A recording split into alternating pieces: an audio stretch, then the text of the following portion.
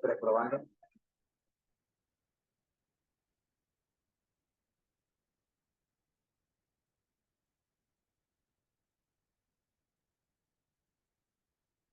Entrevistamos a la hermanita de abajo.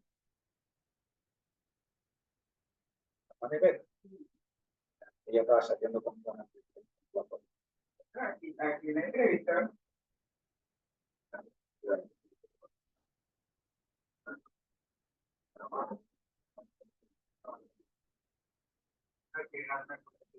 Acaba de llegar un par de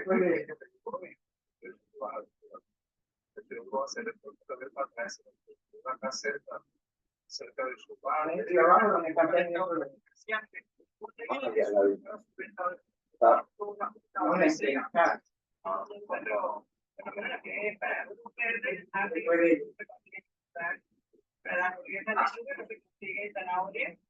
Pero en el medio de los tranques y el desabasto por los consumidores,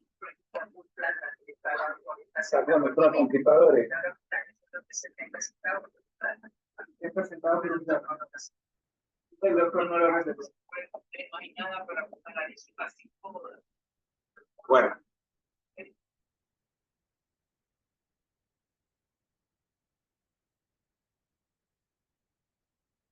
Vamos a comenzar.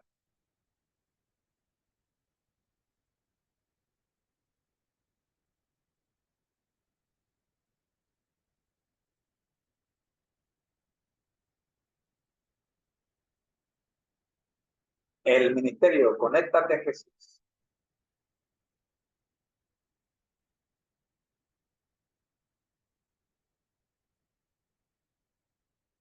El ministerio Conéctate a Jesús y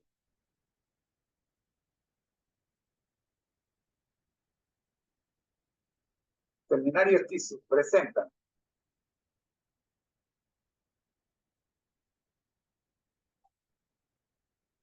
La Serie Feliz para Siempre en su versión vespertina con el segmento Mi Salud Integral.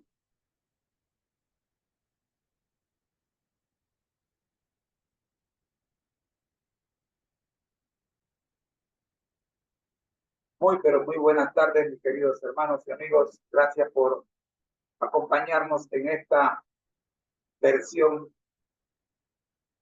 vespertina de la Serie Feliz para Siempre para hoy 5 de noviembre.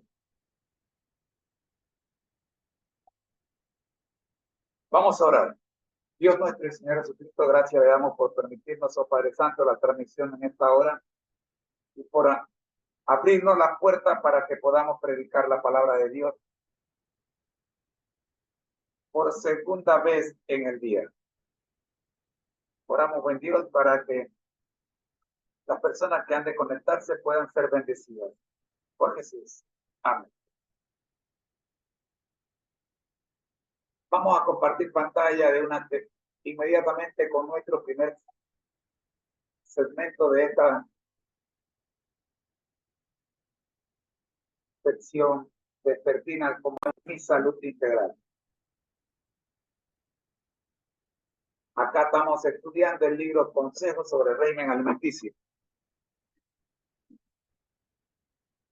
Escuchemos entonces, estamos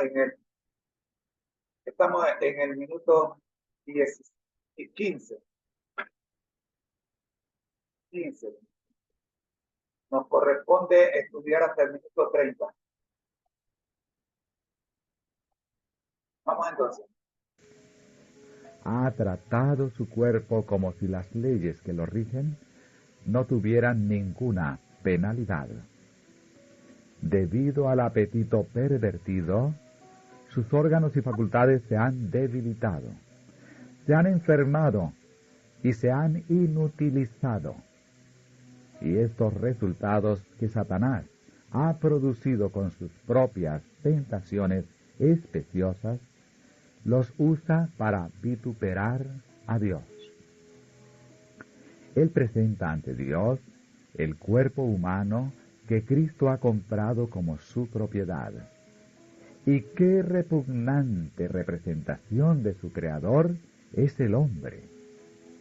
Debido a que el hombre ha pecado contra su cuerpo y ha corrompido sus costumbres, Dios resulta deshonrado. Cuando los hombres y las mujeres se convierten de verdad, respetan concienzudamente las leyes de la vida que Dios ha establecido en su ser, y así tratan de evitar la debilidad física, mental y moral. La obediencia a estas leyes ha de convertirse en un deber personal. Nosotros mismos debemos sufrir los males producidos por la violación de la ley. Debemos dar cuenta a Dios por nuestros hábitos y prácticas. Por lo tanto, la pregunta que debemos hacernos no es ¿qué dirá el mundo?, sino ¿cómo trataré yo, que pretendo ser un cristiano, la habitación que Dios me ha dado? ¿Trabajaré para lograr mi más alto bien temporal y espiritual al guardar mi cuerpo como templo para la morada del Espíritu Santo, o me abandonaré a las ideas y prácticas del mundo?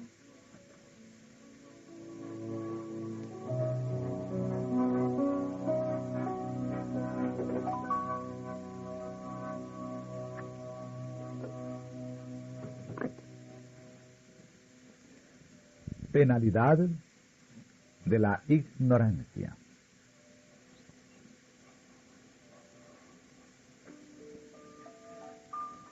Dios ha establecido leyes que gobiernan nuestra Constitución, y estas leyes que Él ha implantado en nuestro ser son divinas, y para cada transgresión existe una penalidad que ha de cumplirse tarde o temprano. La mayor parte de las enfermedades que han hecho sufrir y que están haciendo padecer a la humanidad han sido creadas por los hombres debido a la ignorancia de las leyes básicas que rigen su propio organismo. Parecen indiferentes en materia de salud y trabajan con perseverancia para despedazarse, y cuando están quebrantados y debilitados corporal y mentalmente, mandan a buscar al médico y se acarrean la muerte con las drogas.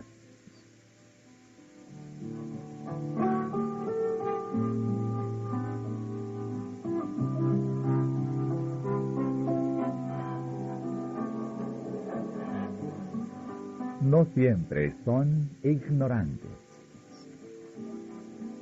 Cuando se habla con algunas personas acerca del tema de la salud, a menudo dicen: sabemos actuar mucho mejor de lo que lo hacemos. No se dan cuenta de que son responsables de todo rayo de luz recibido con respecto a su bienestar físico, y que todos sus hábitos están abiertos a la inspección de Dios. La vida física no ha de ser tratada de manera fortuita o descuidada. Todo órgano, toda fibra del ser han de ser sagradamente preservadas de prácticas dañinas.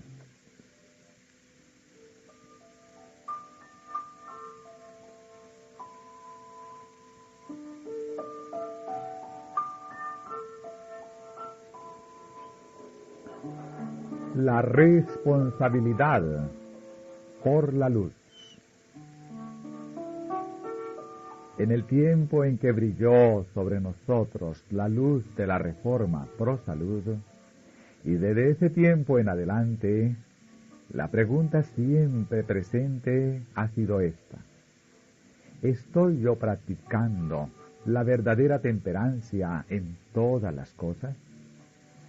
¿Es tal mi régimen alimenticio que me pondrá en una posición en la cual pueda realizar la mayor suma de bien? Si no podemos contestar estas preguntas en forma positiva, aparecemos condenados delante de Dios, porque Él nos tendrá por responsables de la luz que ha brillado sobre nuestro sendero. Dios nos ha tolerado durante el tiempo de nuestra ignorancia, pero tan pronto como la luz brilla sobre nosotros, Él nos exige que cambiemos nuestros hábitos destructores de la salud y que nos coloquemos en la debida relación con las leyes físicas. La salud es un tesoro. De todas las posesiones temporales, es la más preciosa. La riqueza, el saber y el honor se adquieren a un precio elevado, cuando se obtienen a costa de la pérdida del vigor de la salud. Pero ninguna de estas cosas puede asegurar la felicidad si la salud llega a faltar. Abusar de la salud que Dios nos ha dado es un terrible pecado. Tales abusos nos debilitan para la vida y nos hacen perdedores, cualquiera sea el grado de educación que alcancemos por este medio.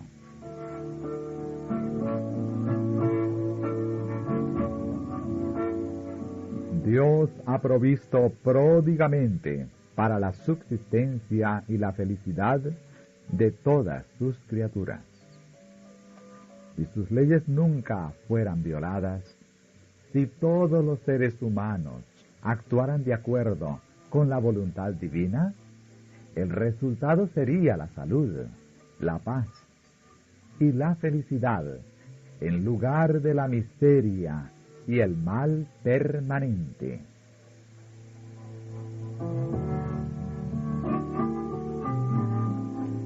Una cuidadosa conformidad de nuestra parte con las leyes que Dios ha implantado en nuestro ser asegurará la salud y no se producirá un quebrantamiento de la Constitución.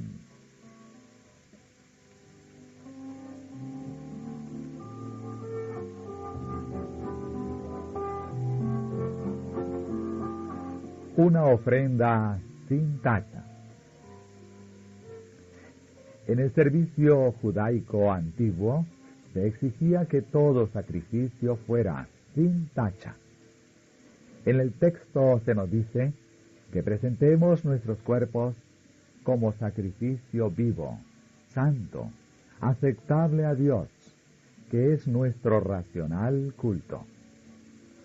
Somos la obra de Dios. El salmista, al meditar en la obra maravillosa de Dios, revelada en la estructura humana, exclamó: asombrosa y maravillosamente he sido formado.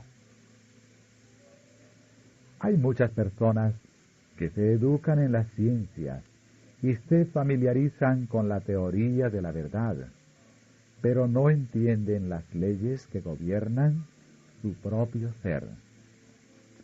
Dios nos ha dado facultades y talentos, y es nuestro deber, como hijos e hijas de Dios, hacer el mismo uso de ellos.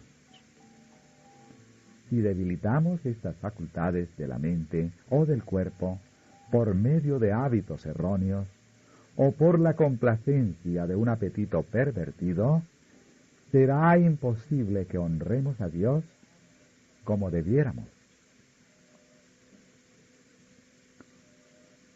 Dios exige que el cuerpo le sea presentado como sacrificio vivo, no como sacrificio muerto o moribundo.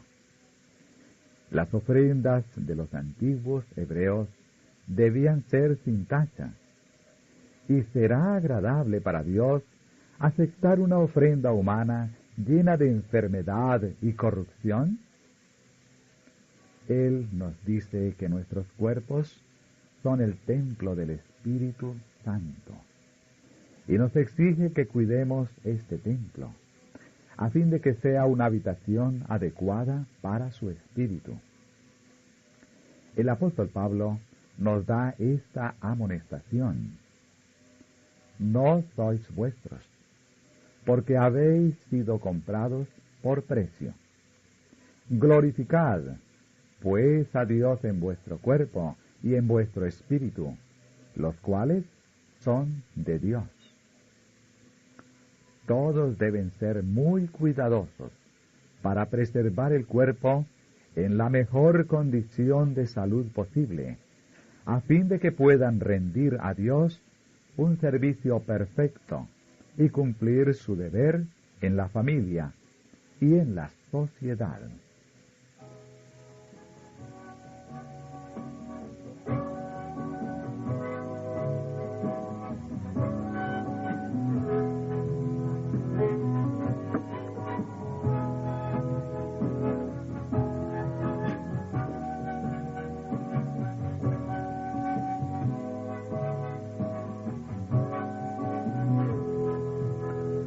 Una ofrenda despreciable. Debe obtenerse conocimiento con respecto a cómo comer o beber y vestirse como para preservar la salud. La enfermedad es causada por la violación de las leyes de la salud. Es el resultado de infringir las leyes de la naturaleza. Nuestro primer deber, un deber que tenemos para con Dios, hacia nosotros mismos y con nuestros semejantes, es obedecer las leyes de Dios, que incluyen las leyes de la salud.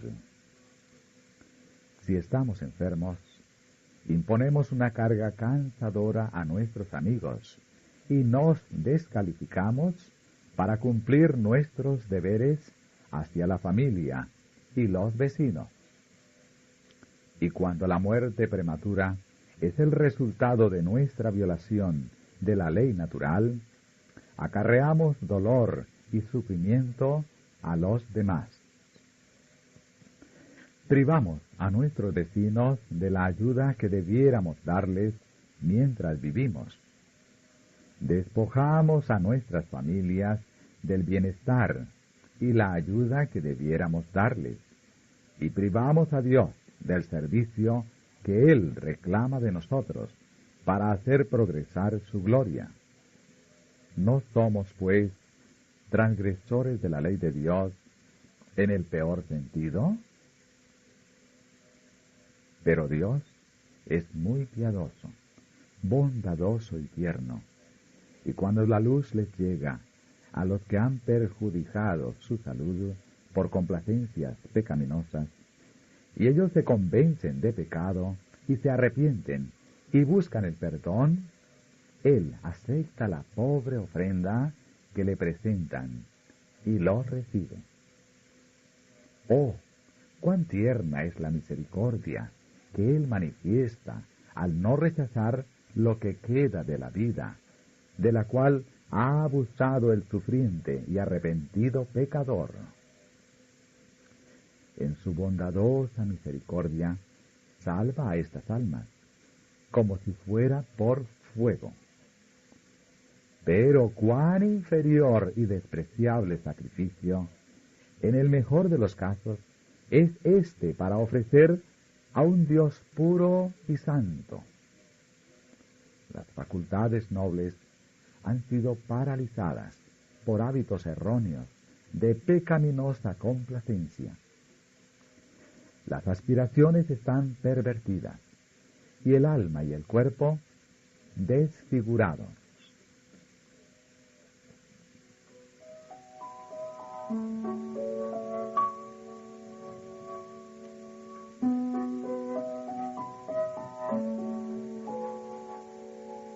El porqué de la luz de la reforma pro salud. El Señor ha permitido que su luz brillara sobre nosotros en estos últimos días, para que la oscuridad y las tinieblas que se han estado juntando en las pasadas generaciones debido a una complacencia pecaminosa pudieran ser en cierto grado despejadas.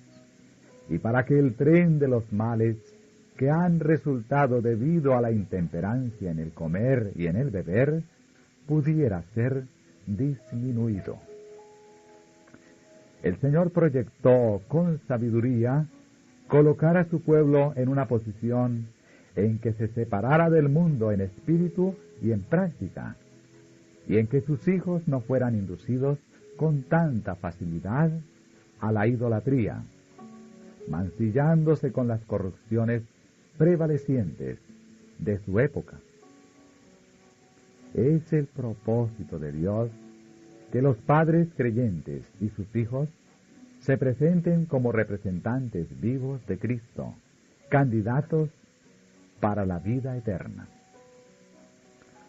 Todos los que son participantes de la naturaleza divina escaparán a la corrupción que está en el mundo por la concupiscencia.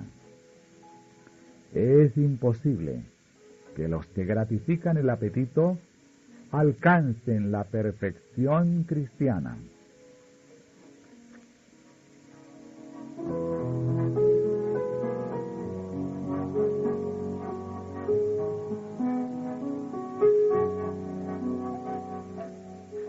Dios ha permitido que la luz de la Reforma Pro Salud brillara sobre nosotros en estos días finales, para que andando en la luz escapemos a muchos de los peligros a que estaremos expuestos. Satanás está obrando con gran poder para inducir a los hombres a dar rienda suelta al apetito, a gratificar la inclinación y a gastar sus días con descuidada insensatez. Presenta las atracciones de una vida de disfrute egoísta y de complacencia sensual. La intemperancia absorbe las energías tanto de la mente como del cuerpo. El que es así vencido se ha colocado en el terreno de Satanás, donde será tentado y molestado, y finalmente dominado a gusto por el enemigo de toda justicia.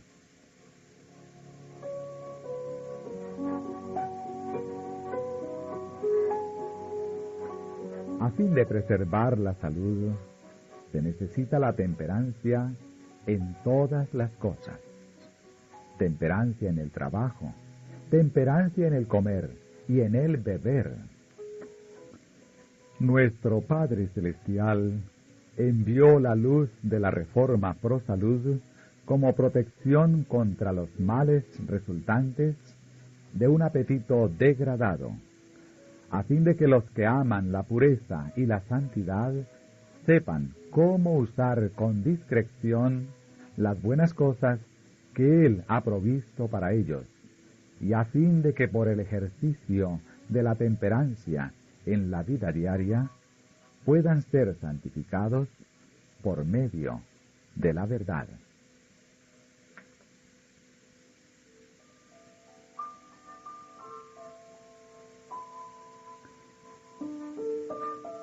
Téngase siempre presente que el gran objeto de la reforma higiénica es asegurar el más alto desarrollo posible de la mente, el alma y el cuerpo.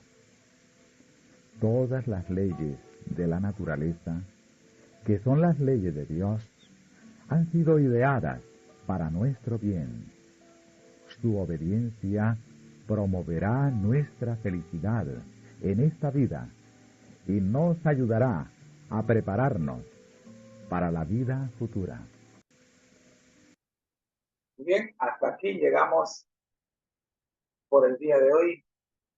Nos quedamos en el minuto 35 y les esperamos para el día de mañana, cuando continuaremos estudiando este maravilloso libro, Consejos sobre el régimen alimenticio. Vamos a orar para agradecerle a Dios las instrucciones recibidas. En estos vimos más de 10 consejos. No me fijé, creo que comenzamos en el 10 y terminamos en, no me fijé, pero ya les digo,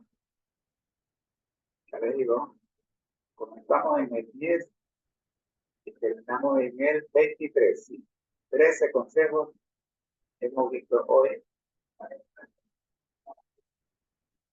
13 consejos. Vamos a orar.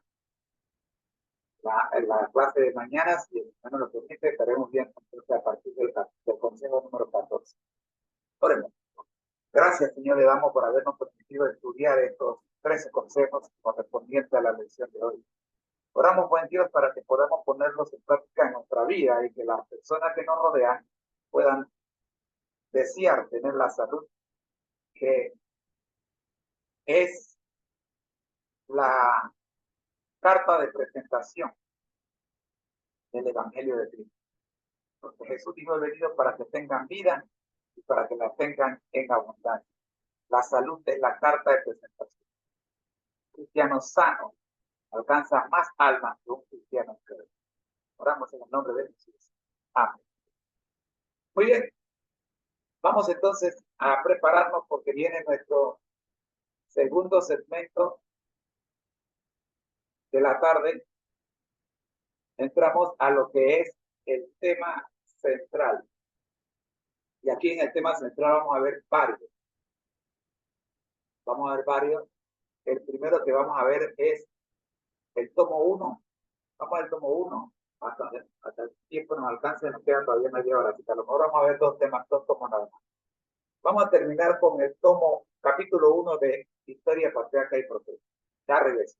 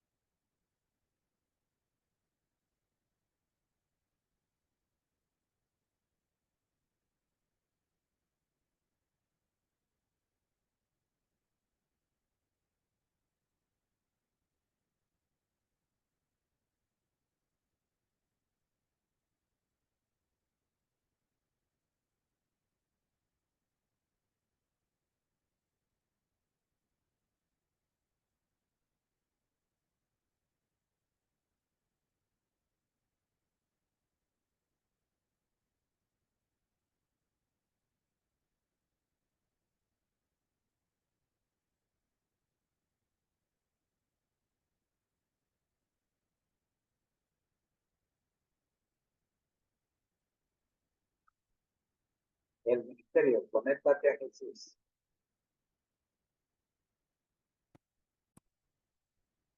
Y seminario y tutoría Jesús presente.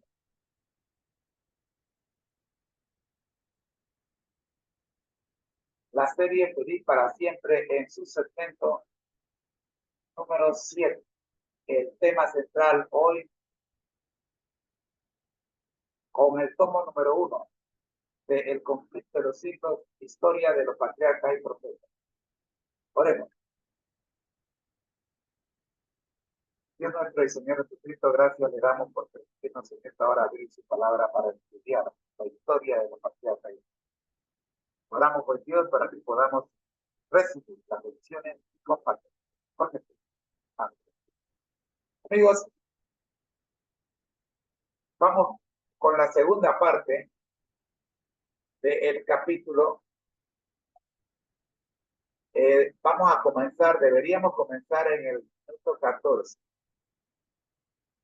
pero vamos a comenzar en el minuto 12 para recordar dónde quedamos la clase anterior. Escuchemos. Eran santos, y errar era tan imposible para ellos como para el mismo Dios. La exaltación del Hijo de Dios como igual al Padre fue presentada como una injusticia cometida contra Lucifer, quien, según se alegaba, tenía también derecho a recibir reverencia y honra. Si este príncipe de los ángeles pudiese alcanzar su verdadera y elevada posición, ello redundaría en grandes beneficios para toda la hueste celestial, pues era su objeto asegurar la libertad de todos. Pero ahora, aún la libertad que habían gozado hasta ese entonces concluía, pues se les había nombrado un gobernante absoluto, y todos ellos tenían que prestar obediencia a su autoridad. Tales fueron los sutiles engaños que por medio de las astucias de Lucifer cundían rápidamente por los atrios celestiales. No se había efectuado cambio alguno en la posición o en la autoridad de Cristo. La envidia de Lucifer, sus tergiversaciones y sus pretensiones de igualdad con Cristo habían hecho absolutamente necesaria una declaración categórica acerca de la verdadera posición que ocupaba el Hijo de Dios, pero esta había sido la misma desde el principio. Sin embargo, las argucias de Lucifer confundieron a muchos ángeles. Valiéndose de la amorosa y leal confianza depositada en él por los seres celestiales que estaban bajo sus órdenes, había inculcado tan insidiosamente en sus mentes su propia desconfianza y descontento que su influencia no se discernía. Lucifer había presentado con falsía los designios de Dios, interpretándolos torcida y erróneamente, a fin de producir disensión y descontento. Astutamente inducía a sus oyentes a que expresaran sus sentimientos. Luego, cuando así convenía a sus intereses, repetía esas declaraciones en prueba de que los ángeles no estaban del todo en armonía con el gobierno de Dios. Mientras aseveraba tener perfecta lealtad hacia Dios, insistía en que era necesario que se hiciesen cambios en el orden y las leyes del cielo para asegurar la estabilidad del gobierno divino. Así, mientras obraba por despertar oposición a la ley de Dios y por inculcar su propio descontento en la mente de los ángeles que estaban bajo sus órdenes, hacía alarde de querer eliminar el descontento y reconciliar a los ángeles desconformes con el orden del cielo. Mientras fomentaba secretamente el desacuerdo y la rebelión, con pericia consumada aparentaba que su único fin era promover la lealtad y preservar la armonía y la paz. El espíritu de descontento se había encendido y hacía su funesta obra. Aunque no había rebelión abierta, el desacuerdo aumentaba imperceptiblemente entre los ángeles. Algunos recibían favorablemente las insinuaciones de Lucifer contra el gobierno de Dios. Aunque previamente habían estado en perfecta armonía con el orden que Dios había establecido, estaban ahora descontentos y se sentían desdichados porque no podían penetrar los inescrutables designios de Dios. Les desagradaba la idea de exaltar a Cristo. Estaban listos para respaldar la demanda de Lucifer de que él tuviera igual autoridad que el Hijo de Dios. Pero los ángeles, que permanecieron leales y fieles, apoyaron la sabiduría y la justicia del decreto divino, y así trataron de reconciliar al descontento Lucifer con la voluntad de Dios. Cristo era el Hijo de Dios. Había sido uno con el Padre antes que los ángeles fueran creados. Siempre estuvo a la diestra del Padre. Su supremacía, tan llena de bendiciones para todos aquellos que estaban bajo su benigno dominio, no había sido hasta entonces disputada. La armonía que reinaba en el cielo nunca había sido interrumpida. ¿Por qué debía haber ahora discordia? Los ángeles leales podían ver solamente terribles consecuencias como resultado de esta disensión, y con fervientes súplicas aconsejaron a los descontentos a renunciar de su propósito y a mostrarse leales a Dios mediante la fidelidad a su gobierno. Con gran misericordia, según su divino carácter, Dios soportó por mucho tiempo a Lucifer. El espíritu de descontento y desafecto no se había conocido antes en el cielo. Era un elemento nuevo, extraño, misterioso e inexplicable. Lucifer mismo al principio no entendía la verdadera naturaleza de sus sentimientos. Durante algún tiempo había temido dar expresión a los pensamientos y a las imaginaciones de su mente. Sin embargo, no los desechó. No veía el alcance de su extravío. Para convencerlo de su error, se hizo cuanto esfuerzo podían sugerir la sabiduría y el amor infinitos. Se le probó que su desafecto no tenía razón de ser y se le hizo saber cuál sería el resultado si persistía en su rebeldía. Lucifer quedó convencido de que se hallaba en el error. Vio que justo es Jehová en todos sus caminos y misericordioso en todas sus obras, que los estatutos divinos son justos y que debía reconocerlos como tales ante todo el cielo. De haberlo hecho, podría haberse salvado a sí mismo y a muchos ángeles. Todavía no había desechado completamente la lealtad a Dios. Aunque había abandonado su puesto de querubín protector, si hubiera querido volver a Dios, reconociendo la sabiduría del Creador y conformándose con ocupar el lugar que se le asignó en el gran plan de Dios, habría sido restablecido en su puesto.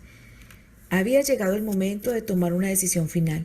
Él debía someterse completamente a la divina soberanía o colocarse en abierta rebelión.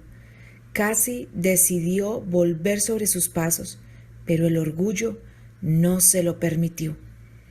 Era un sacrificio demasiado grande para quien había sido honrado tan altamente el tener que confesar que había errado, que sus ideas y propósitos eran falsos y someterse a la autoridad que había estado presentando como injusta. Un creador compasivo, deseoso de manifestar piedad hacia Lucifer y sus seguidores, procuró hacerlos retroceder del abismo de la ruina al cual estaban a punto de lanzarse, pero su misericordia fue mal interpretada. Lucifer señaló la longanimidad de Dios como una prueba evidente de su propia superioridad sobre él, como una indicación de que el Rey del universo aún accedería a sus exigencias. Si los ángeles se mantenían firmes de su parte, dijo, aún podrían conseguir todo lo que deseaban. Defendió persistentemente su conducta y se dedicó de lleno al gran conflicto contra su creador. Así fue como Lucifer, el portaluz, el que compartía la gloria de Dios, el ministro de su trono, mediante la transgresión se convirtió en Satanás, el adversario de Dios y de los seres santos, y el destructor de aquellos que el Señor había encomendado a su dirección y cuidado. Rechazando con desdén los argumentos y las súplicas de los ángeles leales, los tildó de esclavos engañados. Declaró que la preferencia otorgada a Cristo era un acto de injusticia tanto hacia él como hacia toda la hueste celestial, y anunció que desde ese entonces no se sometería a esa violación de los derechos de sus asociados y de los suyos propios. Nunca más reconocería la supremacía de Cristo. Decidió reclamar el honor que se le debió haber otorgado y asumir la dirección de cuantos quisieran seguirle, y prometió a quienes entraran en sus filas un gobierno nuevo y mejor, bajo el cual todos gozarían de libertad. Gran número de ángeles manifestó su decisión de aceptarlo como su caudillo.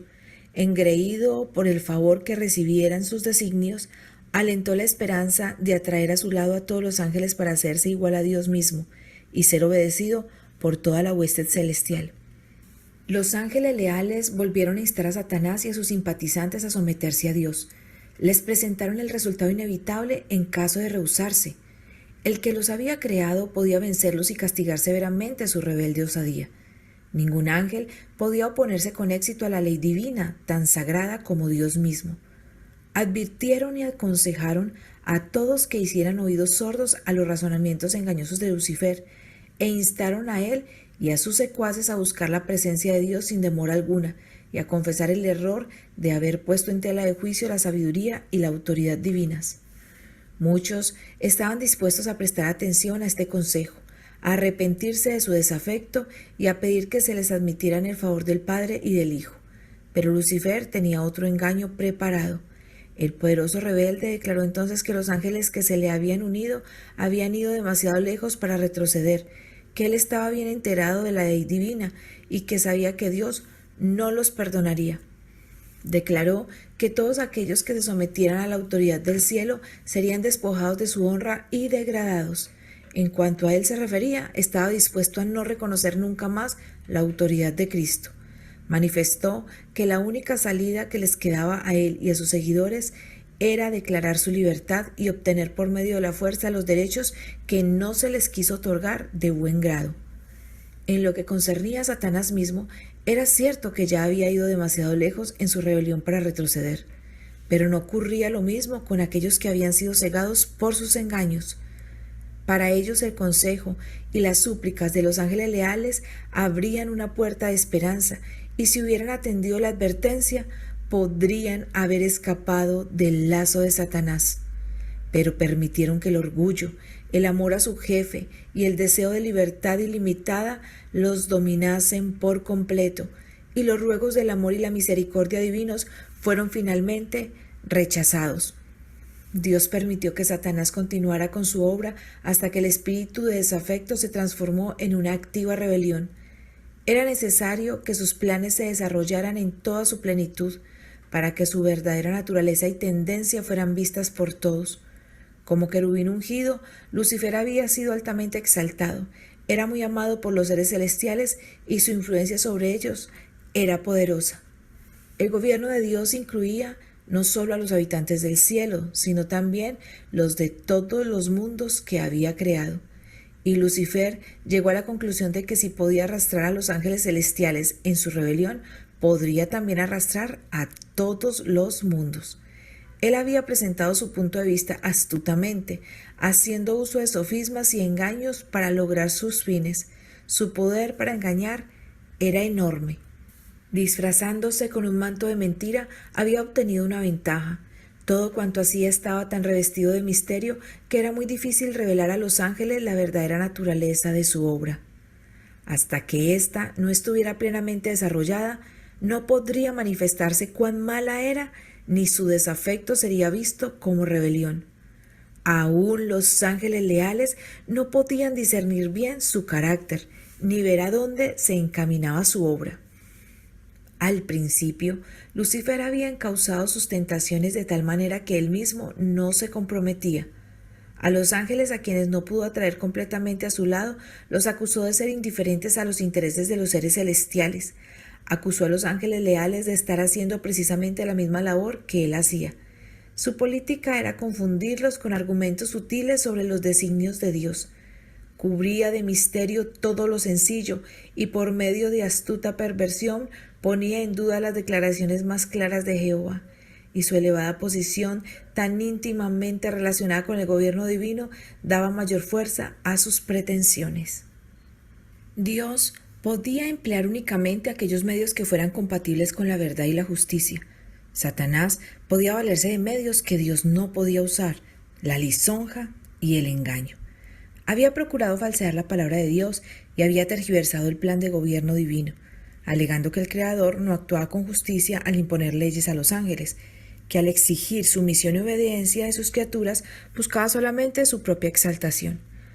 Por lo tanto, era necesario demostrar ante los habitantes del cielo y de todos los mundos que el gobierno de Dios es justo y su ley perfecta. Satanás había fingido que procuraba fomentar el bien del universo. El verdadero carácter del usurpador y su verdadero objetivo debían ser comprendidos por todos. Debía dársele tiempo suficiente para que se revelara por medio de sus propias obras inicuas. La discordia que su proceder había causado en el cielo, Satanás la atribuía al gobierno de Dios. Todo lo malo, decía, era resultado de la administración divina. Alegaba que su propósito era mejorar los estatutos de Jehová. Por consiguiente, Dios le permitió demostrar la naturaleza de sus pretensiones para que se viera el resultado de los cambios que él proponía hacer en la ley divina. Su propia labor había de condenarle. Satanás había dicho desde el principio que no estaba en rebeldía. El universo entero había de ver al engañador desenmascarado. Aún cuando Satanás fue arrojado del cielo, la sabiduría infinita no lo aniquiló. Puesto que solo el servicio inspirado por el amor puede ser aceptable para Dios, la lealtad de sus criaturas debe basarse en la convicción de que es justo y misericordioso. Por no estar los habitantes del cielo y de los mundos preparados para entender la naturaleza o las consecuencias del pecado, no podrían haber discernido la justicia de Dios en la destrucción de Satanás. Si se le hubiera suprimido inmediatamente, algunos habrían servido a Dios por temor más bien que por amor. La influencia del engañador no habría sido anulada totalmente, ni se habría extirpado por completo el espíritu de rebelión. Para el bien del universo entero, a través de los siglos sin fin, era necesario que Satanás desarrollara más ampliamente sus principios, para que todos los seres creados pudieran reconocer la naturaleza de sus acusaciones contra el gobierno divino y para que la justicia y la misericordia de Dios y la inmutabilidad de su ley quedasen establecidas para siempre. La rebelión de Satanás había de ser una lección para el universo a través de todos los siglos venideros, un testimonio perpetuo en cuanto a la naturaleza del pecado y sus terribles consecuencias. Los resultados del gobierno de Satanás y sus efectos sobre los ángeles y los hombres demostrarían el resultado inevitable que se obtiene al desechar la autoridad divina. Darían testimonio de que la existencia del gobierno de Dios entraña el bienestar de todos los seres que Él creó. De esta manera, la historia de este terrible experimento de la rebelión iba a ser una perpetua salvaguardia para todos los seres santos, para evitar que sean engañados acerca de la naturaleza de la transgresión, para salvarlos de cometer pecado y sufrir sus consecuencias. El que gobierna en los cielos ve el fin desde el principio. Aquel en cuya presencia los misterios del pasado y del futuro son manifiestos, más allá de la angustia, las tinieblas y la ruina provocadas por el pecado, contempla la realización de sus propios designios de amor y bendición. Aunque haya nubes y oscuridad alrededor de él, justicia y juicio son el cimiento de su trono. Y esto lo entenderán algún día todos los habitantes del universo, tanto los leales como los desleales. Él es la roca, cuya obra es perfecta, porque todos sus caminos son rectos. Es un Dios de verdad y no hay maldad en él. Es justo y recto.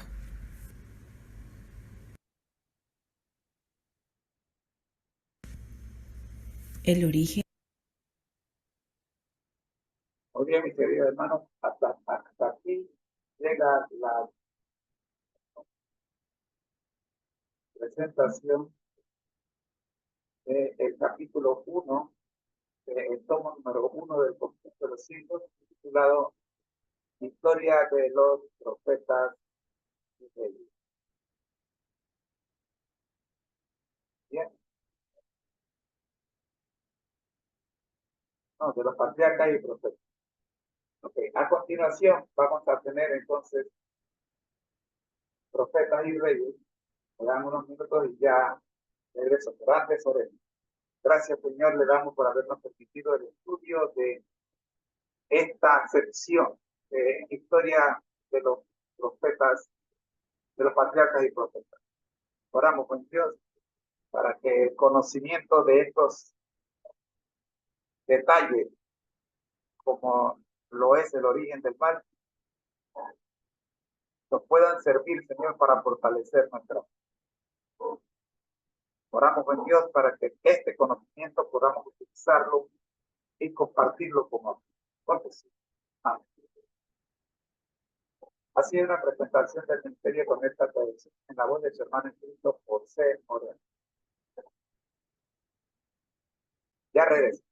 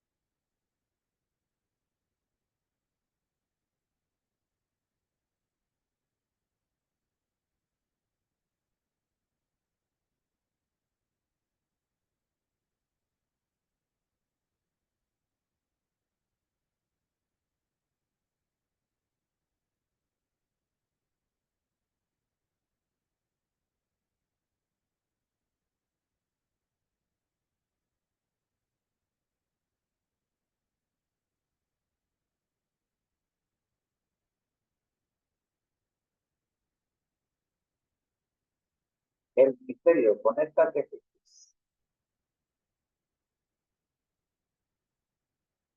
Y seminarios y tutorías aquí se presentan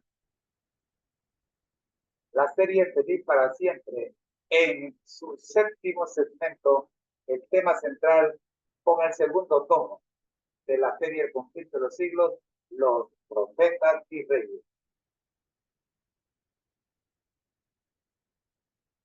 Vamos a orar.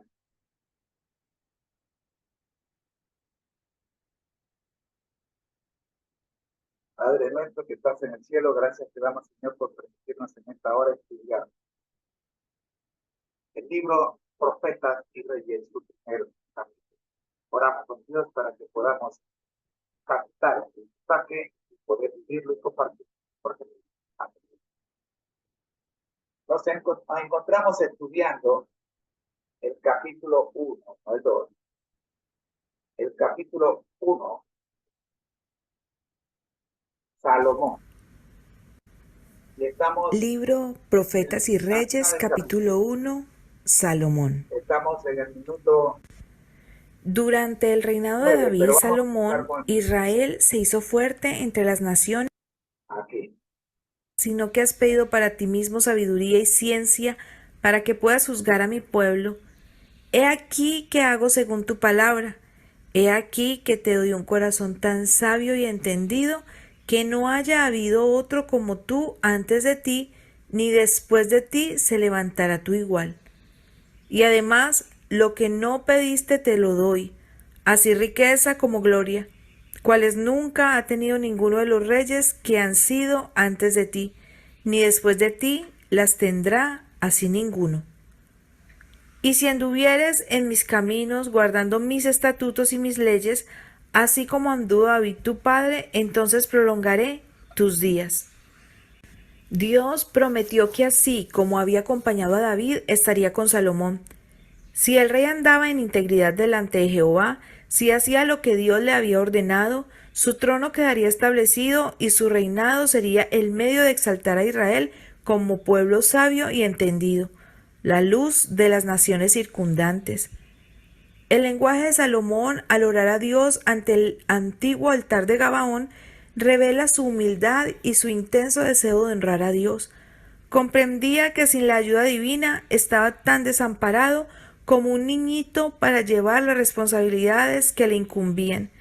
Sabía que carecía de discernimiento y el sentido de su gran necesidad le indujo a solicitar sabiduría a Dios.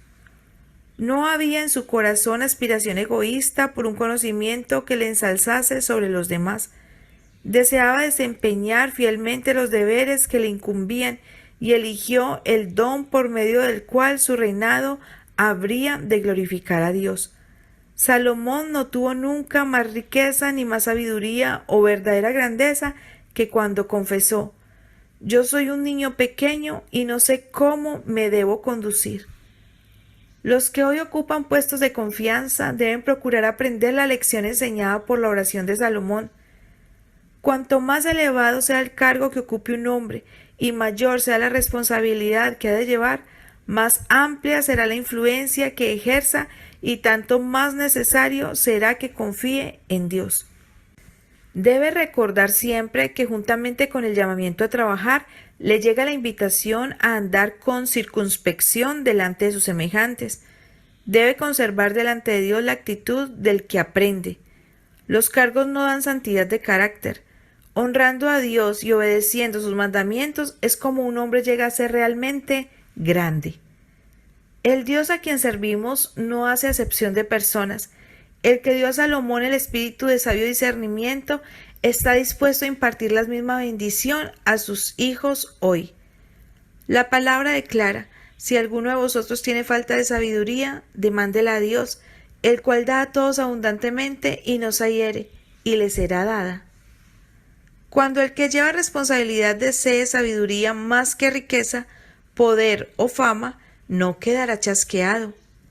El tal aprenderá del gran maestro no solo lo que debe hacer, sino también el modo de hacerlo para recibir la aprobación divina.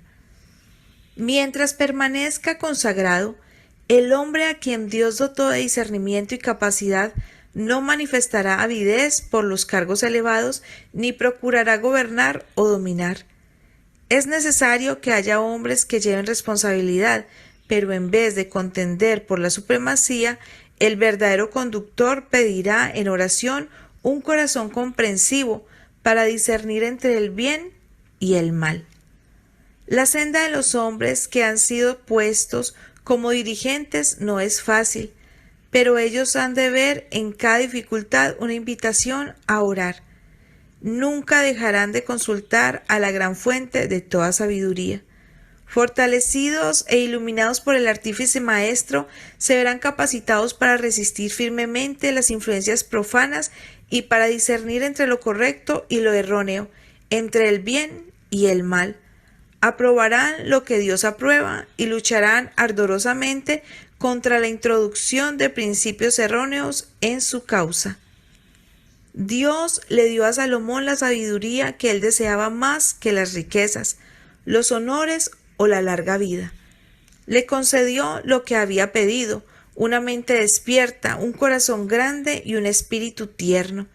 Y dio Dios a Salomón sabiduría y prudencia muy grande y anchura de corazón como la arena que está a la orilla del mar, que fue mayor la sabiduría de Salomón que la de todos los orientales y que toda la sabiduría de los egipcios, y aún fue más sabio que todos los hombres, y fue nombrado entre todas las naciones de alrededor. Todos los israelitas temieron al rey porque vieron que había en él sabiduría de Dios para juzgar. Los corazones del pueblo se volvieron hacia Salomón, como habían seguido a David, y le obedecían en todas las cosas. Salomón fue afirmado en su reino, y Jehová su Dios fue con él, y le engrandeció sobremanera. Durante muchos años, la vida de Salomón quedó señalada por su devoción a Dios, su integridad y sus principios firmes, así como por su estricta obediencia a los mandamientos de Dios. Era él quien encabezaba toda empresa importante y manejaba sabiamente los negocios relacionados con el reino.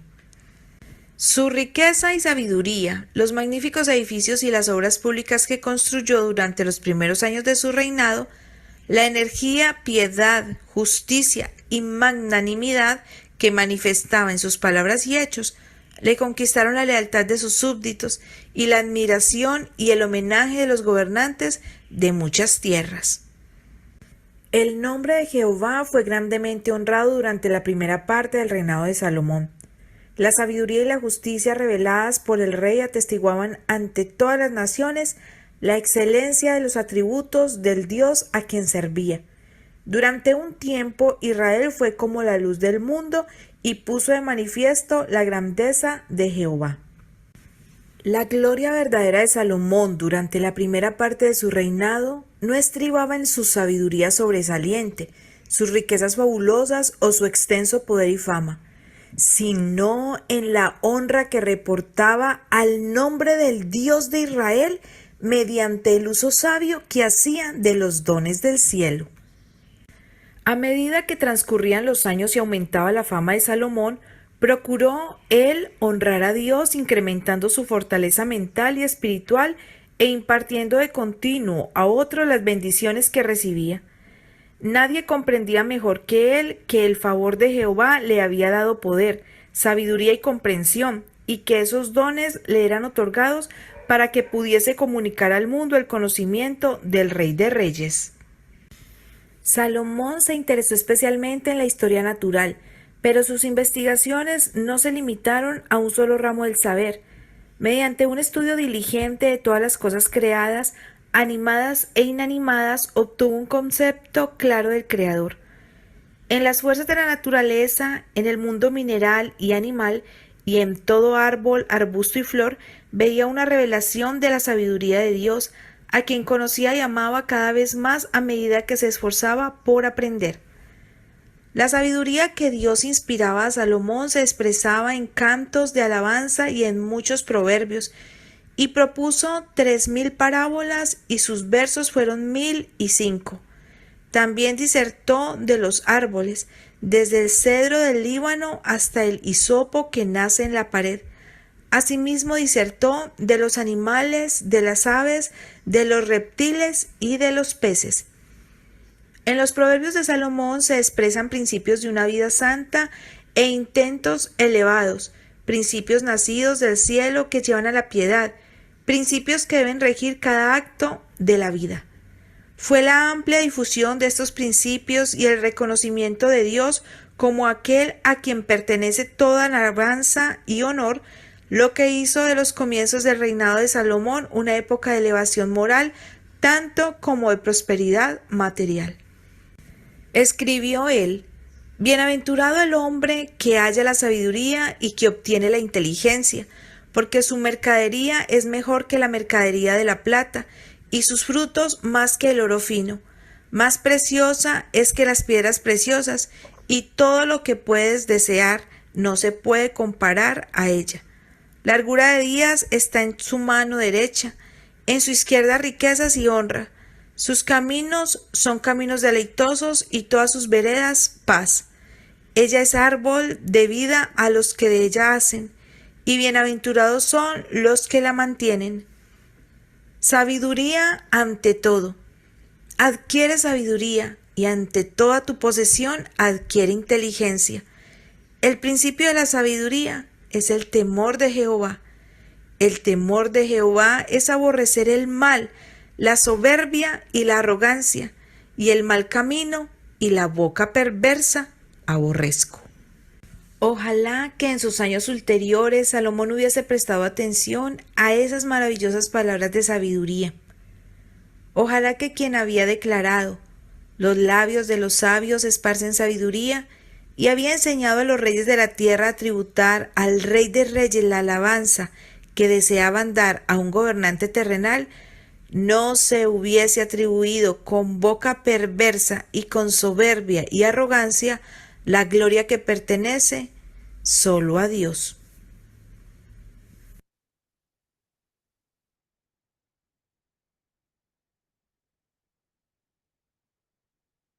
Bien, hasta aquí, mis queridos hermanos, con el capítulo 1 de Profetas y Reyes. Vamos a orar porque ahora nos toca estudiar. Libro Profetas y Reyes, capítulo 2. Todavía vamos a hacer la próxima clase. Ahora nos toca estudiar el deseo de toda la gente, capítulo 1, segunda parte. ¿Ya? Pero antes oremos para cerrar este estudio. Dios nuestro y Señor Jesucristo, gracias le damos por permitirnos haber estudiado el capítulo 1 completo de Profetas y Reyes. Ahora, oh Dios, que adquirimos este conocimiento, permítanos, Señor, que podamos compartirlo con nuestra vida, con nuestra familia. Entonces, nos vemos entonces en la próxima clase cuando veremos el capítulo 2 de los Profetas y Reyes. Bendiciones.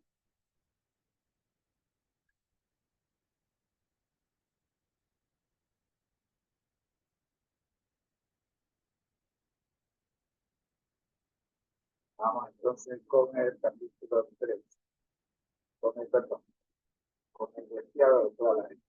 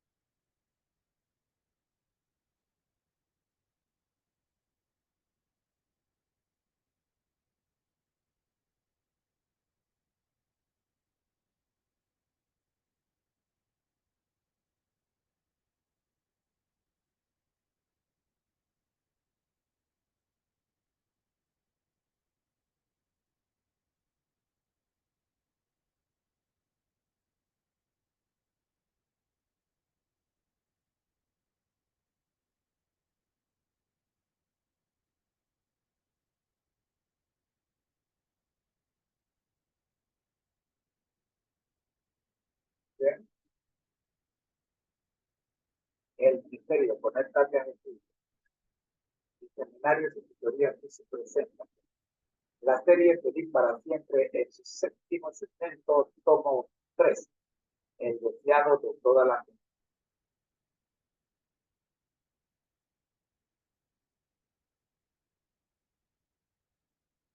Vamos a orar. Padre nuestro que estás en el cielo, que su dirección a la hora de abrir el deseado de toda la gente y completar el capítulo 1. Oramos en el nombre de Jesús. Amén. En la última clase vimos los primeros 9 minutos. Este primer capítulo toma 21 minutos. Vimos los primeros 10 minutos. Ahora vamos a comenzar desde el punto 9 para recordar dónde quedamos y terminaremos con el capítulo en esta sección. Escuchemos. Él cree, no se pierda, mas tenga vida eterna. Lucifer había dicho: sobre las estrellas de Dios ensalzaré mi trono, seré semejante al Altísimo. Pero Cristo, existiendo en forma de Dios, no estimó el ser igual a Dios como cosa a que debía aferrarse, sino que se desprendió de ella, tomando antes la forma de un siervo, siendo hecho en semejanza de los hombres. Este fue un sacrificio voluntario. Jesús podría haber permanecido al lado del Padre, podría haber conservado la gloria del cielo y el homenaje de los ángeles, pero prefirió devolver el cetro a las manos del Padre y bajar del trono del universo a fin de traer luz a los que estaban en tinieblas y vida a los que perecían. Hace casi 2000 años se oyó en el cielo una voz de significado misterioso que, partiendo del trono de Dios, decía: «He aquí yo vengo. Sacrificio y ofrenda no los quisiste, empero un cuerpo me has preparado. He aquí yo vengo. En el rollo del libro está escrito de mí, para hacer, oh Dios, tu voluntad». En estas palabras se anunció el cumplimiento del propósito que había estado oculto desde las edades eternas. Cristo estaba por visitar nuestro mundo y encarnarse. Él dice: «Un cuerpo me has preparado». Si hubiese aparecido con la gloria que tenía con el Padre antes que el mundo fuese, no podríamos haber soportado la luz de su presencia. A fin de que pudiésemos contemplarla y no ser destruidos, la manifestación de su gloria fue velada. Su divinidad fue cubierta de humanidad. La gloria invisible tomó forma humana visible. Este gran propósito había sido anunciado por medio de figuras y símbolos. La zarza ardiente en la cual Cristo apareció a Moisés revelaba a Dios. El símbolo elegido para representar a la divinidad era una humilde planta que no tenía atractivos aparentes, pero encerraba al infinito. El Dios que es todo misericordia velaba su gloria en una figura muy humilde, a fin de que Moisés pudiese mirarla y sobrevivir. Así también en la columna de nube de día y la columna de fuego de noche, Dios se comunicaba con Israel, les revelaba su voluntad a los hombres y les impartía su gracia. La gloria de Dios estaba suavizada y velada su majestad, a fin de que la débil visión de los hombres finitos pudiese contemplarla. Así Cristo había de venir en el cuerpo de nuestra bajeza, hecho semejante a los hombres.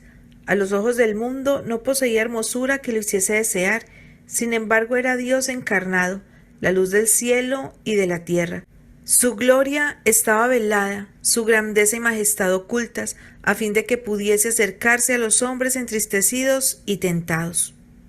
Dios ordenó a Moisés respecto a Israel: «Hacerme han un santuario y yo habitaré entre ellos», y moraba en el santuario en medio de su pueblo.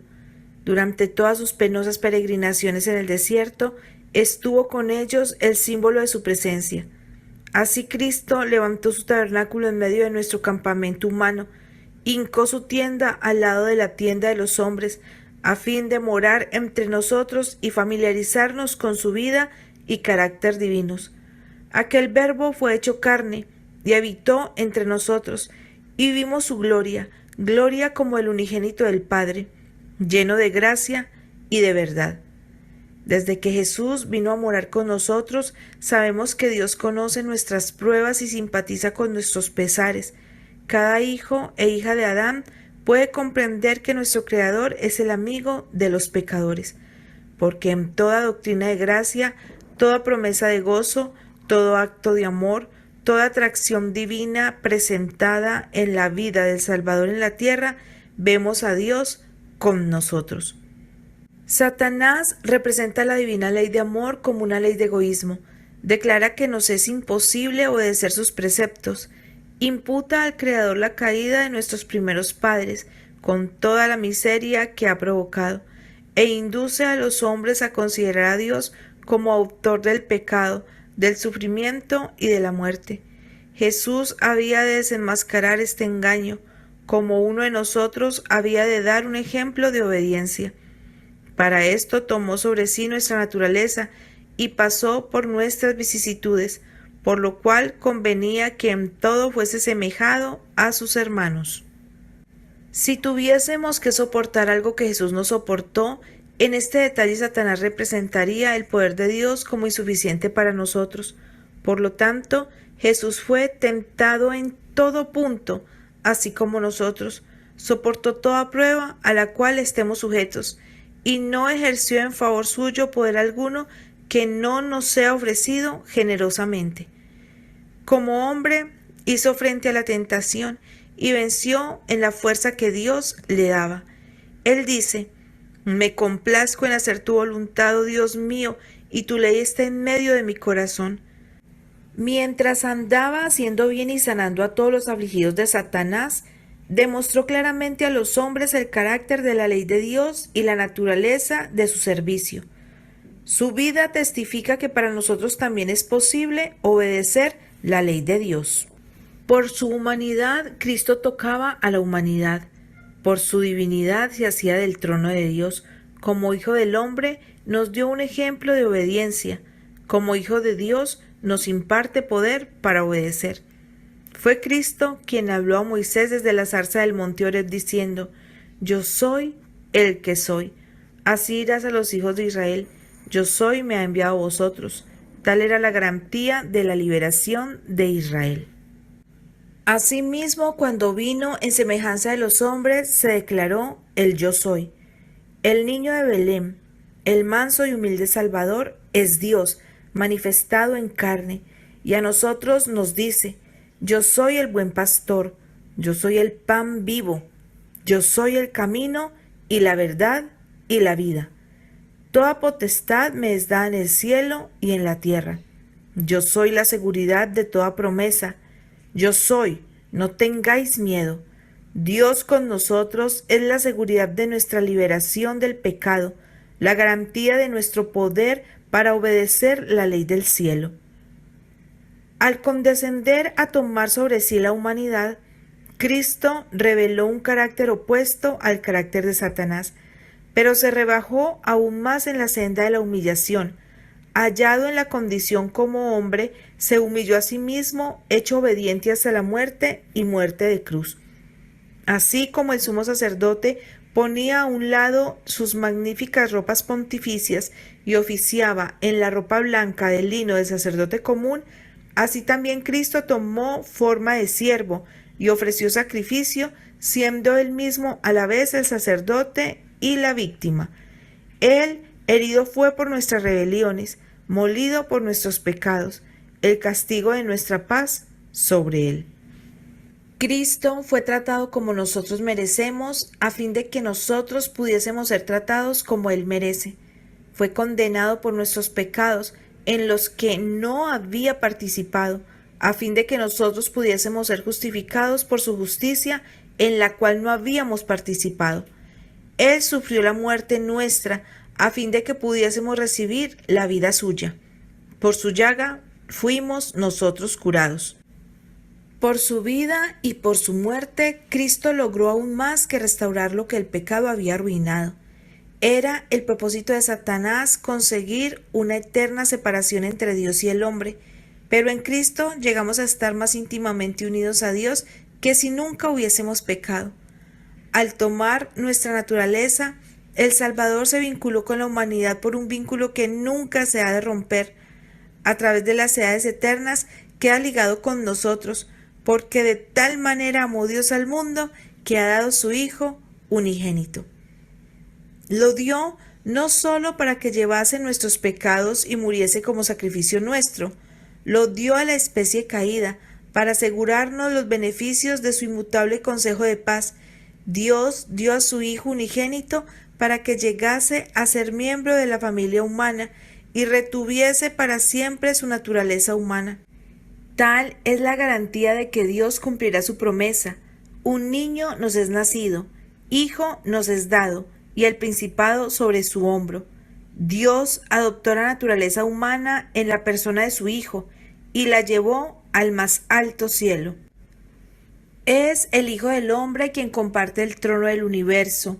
Es el Hijo del Hombre cuyo nombre será llamado admirable, consejero, Dios fuerte, Padre eterno, príncipe de paz. El Yo Soy es el mediador entre Dios y la humanidad, que pone su mano sobre ambos.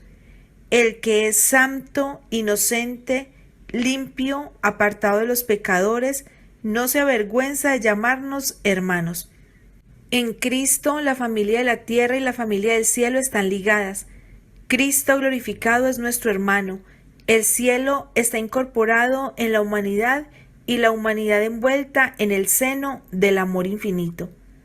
Acerca de su pueblo, Dios dice: serán como piedras de una diadema, relumbrando sobre su tierra, porque cuán grande es su bondad y cuán grande es su hermosura. La exaltación de los redimidos será un testimonio eterno de la misericordia de Dios. En los siglos venideros, Él revelará la soberana riqueza de su gracia, en su bondad para con nosotros en Jesucristo, a fin de que sea dado a conocer a las potestades y a las autoridades en las regiones celestiales la multiforme sabiduría de Dios, de conformidad con el propósito eterno que se había propuesto en Cristo Jesús, Señor nuestro. Por medio de la obra redentora de Cristo, el gobierno de Dios queda justificado. El Omnipotente es dado a conocer como el Dios de amor. Las acusaciones de Satanás quedan refutadas y su carácter desenmascarado. La rebelión no podrá nunca volverse a levantar. El pecado no podrá nunca volver a entrar en el universo. A través de las edades eternas, todos estarán seguros contra la apostasía. Por el sacrificio abnegado del amor, los habitantes de la tierra y del cielo quedarán ligados a su Creador con vínculos de unión indisoluble. La obra de la redención estará completa. Donde el pecado abundó, sobreabundó la gracia de Dios. La tierra misma, el campo que Satanás reclama como suyo, ha de quedar no solo redimida, sino exaltada. Nuestro pequeño mundo, que es bajo la maldición del pecado la única mancha oscura de su gloriosa creación, será honrado por encima de todos los demás mundos en el universo de Dios. Aquí, donde el Hijo de Dios habitó en forma humana, donde el Rey de Gloria vivió, sufrió y murió, aquí, cuando renueve todas las cosas, estará el tabernáculo de Dios con los hombres. Morará con ellos, y ellos serán su pueblo, y el mismo Dios será su Dios con ellos, y a través de las edades sin fin, mientras los redimidos anden en la luz del Señor, le alabarán por su don inefable. Emmanuel, Dios con nosotros. Muy bien, damos gracias al ministerio de Elena G. de Guay, que nos permite estudiar estas palabras. Damos gracias a Dios y le damos gracias también a ustedes que están conectados. Vamos entonces a nuestro próximo bloque. Estamos como decía de toda la gente, pero todavía nos falta estudiar el número 5, el tomo número 5, que es el conflicto, que ya regresa.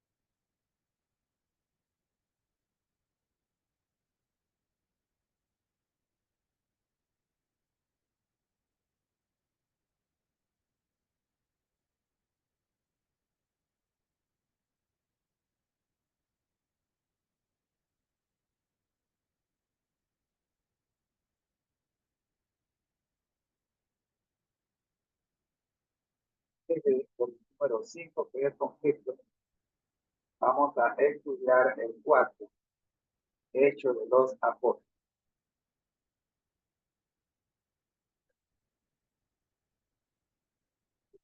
Ya vamos comenzando con Hechos de los Apóstoles.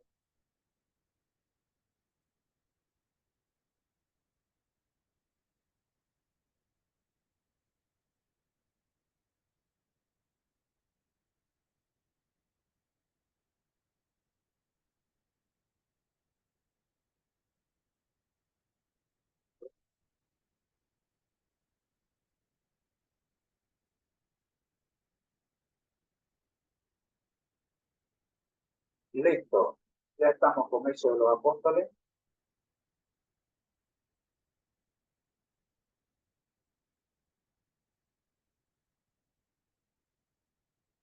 Vamos entonces a iniciar nuestro estudio. Hechos de los Apóstoles. El ministerio, conéctate a Jesús. Seminario de Historia aquí se presenta.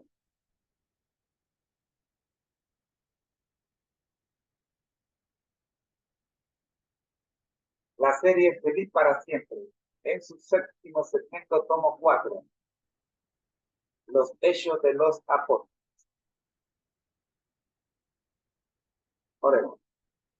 Dios nuestro y Señor Jesucristo, gracias le damos por permitirnos estudiar Hechos de los Apóstoles, tomo 4.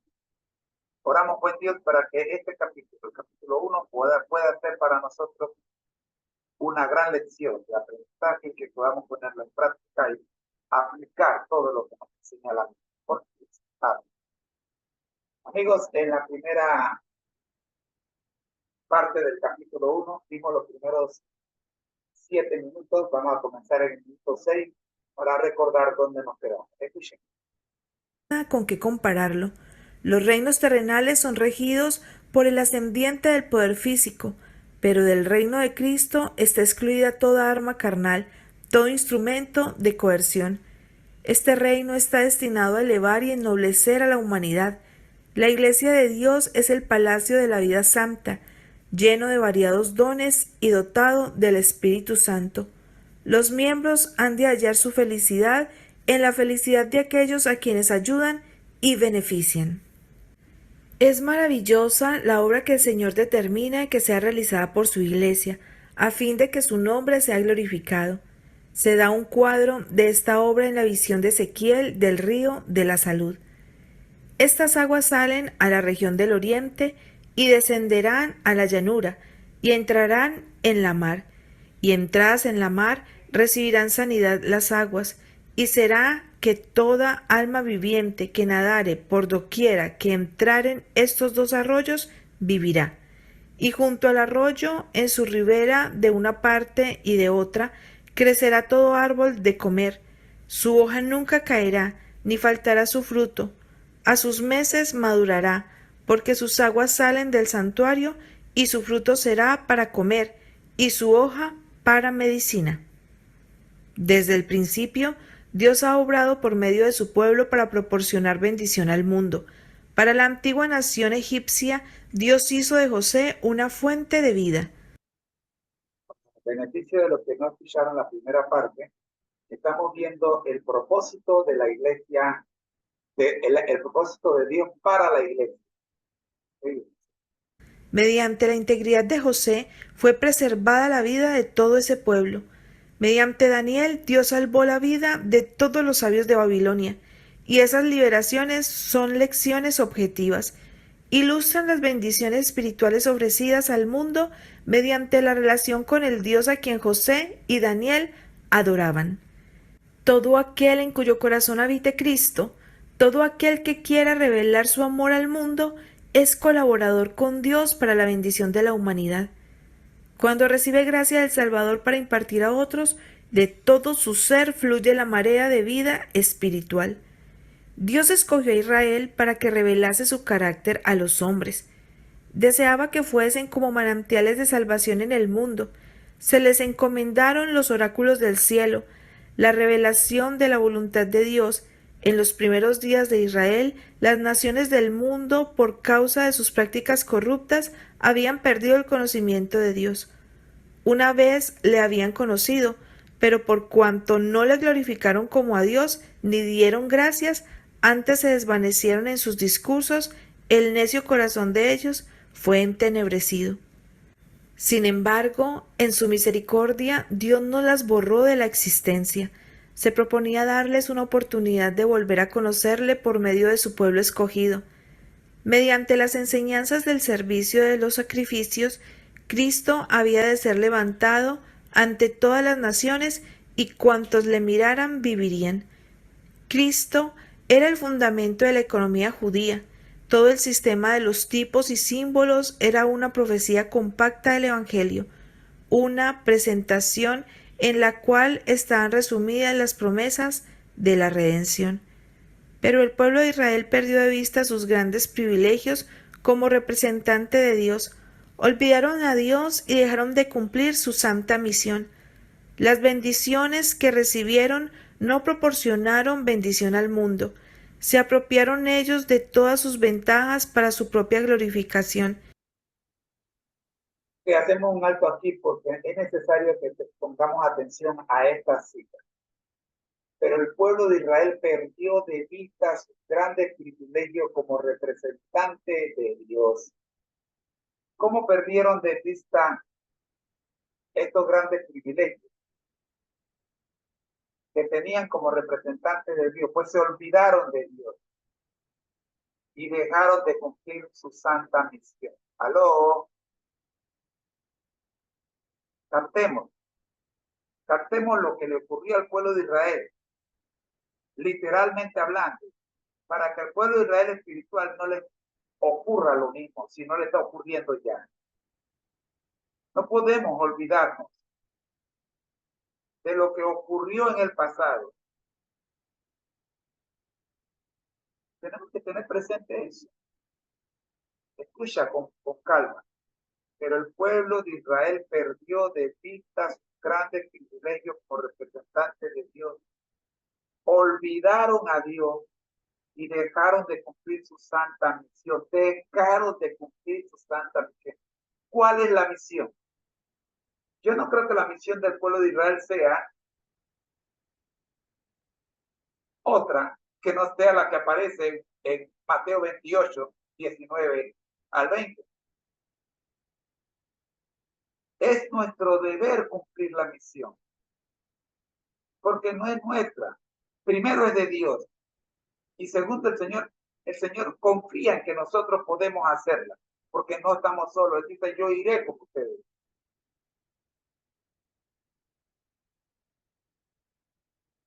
Se apropiaron ellos de todas las ventajas para su propia glorificación. Miren esto, qué terrible. Las bendiciones que recibieron no proporcionaron bendición al mundo, sino que las hicieron suyas y las utilizaron en su propio beneficio. Y le robaron la gloria a Dios. Se aislaron del mundo a fin de rehuir la tentación. Crearon un muro. Ustedes conocen el muro. Para separarse de los gentiles.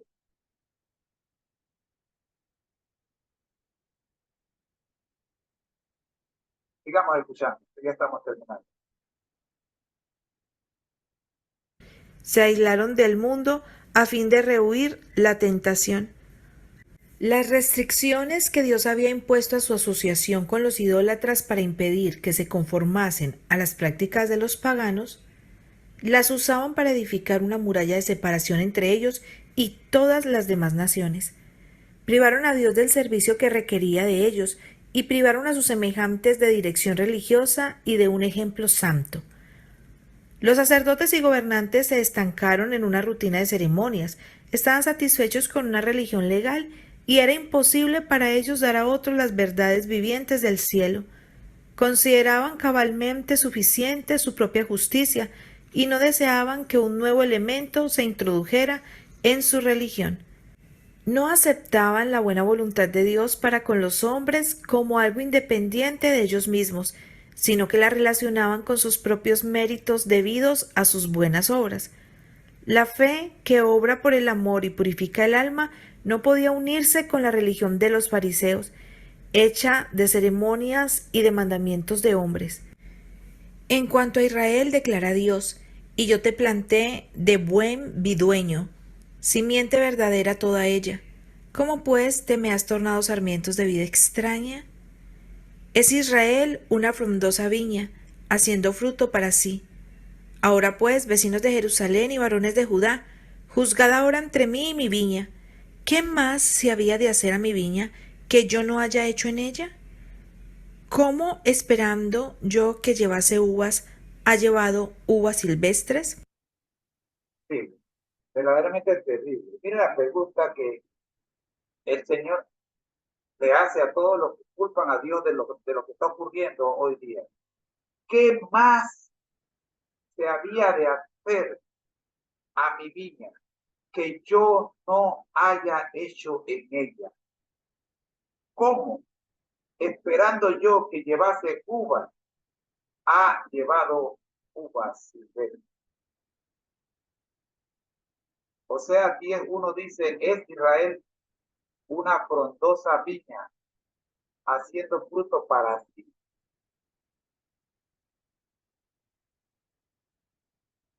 Escuchemos. Os mostraré pues ahora lo que haré yo a mi viña. Quitaréle su vallado, y será para ser consumida. Aportillaré su cerca, y será para ser hollada. Haré que quede desierta, no será podada ni cavada, y crecerá el cardo y las espinas, y aún a las nubes mandaré que no derramen lluvia sobre ella. Ciertamente la viña de Jehová de los ejércitos es la casa de Israel, y los hombres de Judá planta suya deleitosa. Esperaba juicio, y aquí vileza; justicia, y aquí clamor. No corroborasteis las flacas, ni curasteis la enferma, no ligasteis la perniquebrada, ni tornasteis la amontada, ni buscasteis la perdida, sino que os habéis enseñoreado de ellas con dureza y con violencia. Los jefes judíos se consideraban a sí mismos demasiado sabios para necesitar instrucción, demasiado justos para necesitar salvación, demasiado altamente honrados para necesitar el honor que proviene de Cristo. El Salvador se apartó de ellos para confiar a otros los privilegios que ellos habían profanado y la obra que habían descuidado. La gloria de Dios debe ser revelada, su palabra afirmada. El reino de Cristo debe establecerse en el mundo. La salvación de Dios debe darse a conocer en las ciudades del desierto, y los discípulos fueron llamados para realizar la obra que los jefes judíos no habían hecho.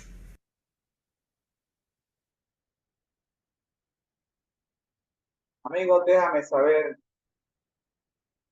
si te ha gustado este capítulo 1 del libro Hechos de los Apóstoles. Por favor, déjamelo saber ahí en tu comentario. Vamos a orar porque ya vamos al último segmento de la transmisión, como lo es el conflicto de los siglos, que ya está en pantalla. Ahora, nuestro Dios que estás en el cielo, gracias por acompañarnos con el libro Hechos de los Apóstoles, tomo 4 de la colección El conflicto de los siglos, el capítulo 1 completo. Al terminar el capítulo 1, Señor, oramos para que podamos ponerle atención a este capítulo. Que vaya, no nos ocurra lo que le ocurrió al pueblo de Israel literal, o lo que le está ocurriendo al pueblo de Israel literal en la actualidad. Señor, la profecía tuya se cumple. Que podamos, oh Señor, abrir los ojos y hacer cambios en la estructura física, en la estructura emocional y, por supuesto, en la comprensión espiritual de nuestra existencia. De tal forma que los juicios de Jehová no caigan sobre nosotros. Porque así. Amén. Terrible el capítulo 1 del libro de Hechos de los Apóstoles. Lo habíamos estudiado otras veces, pero esta vez vemos algo que se está cumpliendo. Amigos, ha sido una producción del Ministerio Conéctate en la voz de tu hermano en Cristo, José Moreno. No te vayas porque ya regreso con la última parte de nuestra transmisión de hoy, que es el conflicto de los siglos. Regreso.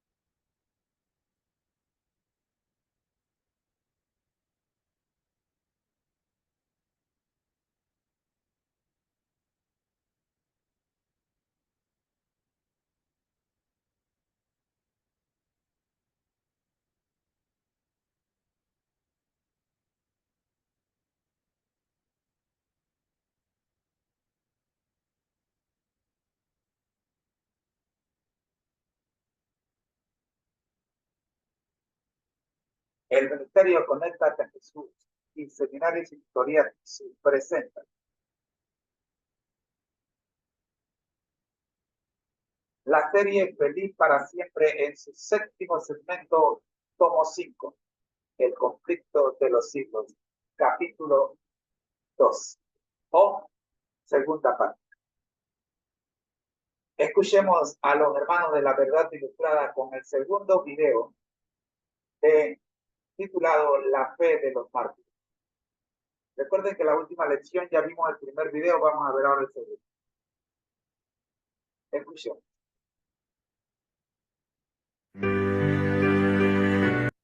Pero antes, oremos.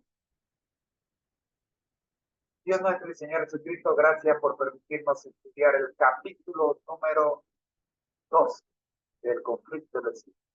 Oramos, buen Dios, para que usted nos diga, por Jesús. Amén. La fe de los mártires. Escuchemos. Ahora sí.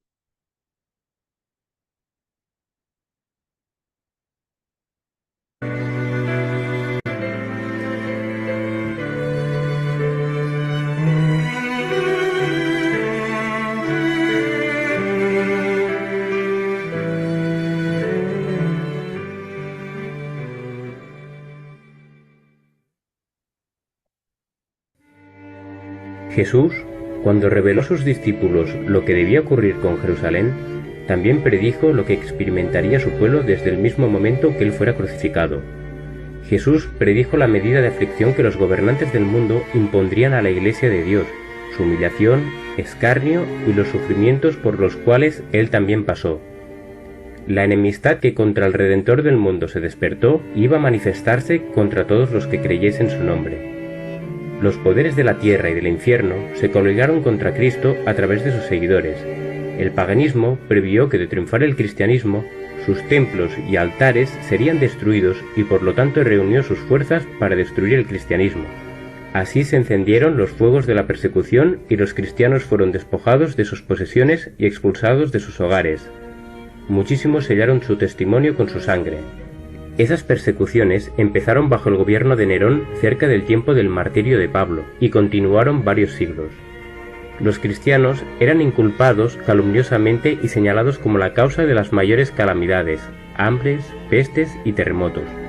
Se los condenaba como rebeldes contra el imperio y la religión, arrojándolos a las fieras o crucificándolos. Debido a la persecución tuvieron que huir a los lugares más desolados y solitarios. Bajo las persecuciones más feroces, esos testigos de Jesús conservaron su fe sin mancha. Incluso perdiendo todas las bendiciones terrenales, no renunciaron a su creencia en Cristo. Del trono de Dios descendía hasta ellos una voz que decía: «Sé fiel hasta la muerte, y yo te daré la corona de la vida». Vanos eran los esfuerzos de Satanás para destruir a la Iglesia de Cristo por medio de la violencia. Los siervos de Dios eran asesinados, pero su obra seguía para siempre adelante. El número de creyentes iba en aumento hasta penetrar incluso en las regiones inaccesibles para las águilas de Roma. Miles de cristianos eran encarcelados y asesinados, pero brotaban otros para llenar sus lugares. Cuanto más eran abatidos, más crecían en número. La sangre de los cristianos era semilla. En vista de esto, Satanás propuso ponerse con más éxito al gobierno de Dios al implantar su bandera en la iglesia cristiana, esforzándose para obtener por medio de los artificios lo que no consiguiera por medio de la fuerza. El paganismo fue inducido a aceptar una parte de la fe cristiana, a la vez que rechazaban otras verdades esenciales.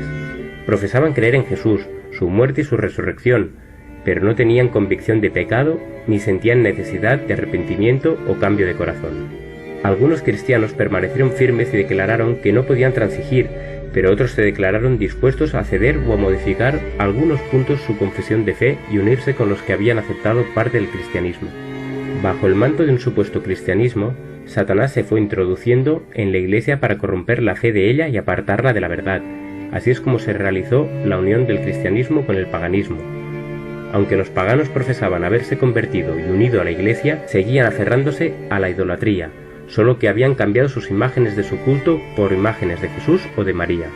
Las doctrinas falsas, los rituales supersticiosos y las ceremonias idolátricas se incorporaron a la fe y al culto. La religión cristiana se corrompió y la Iglesia perdió su pureza y poder. Sin embargo, hubo creyentes que no se dejaron extraviar por esos engaños.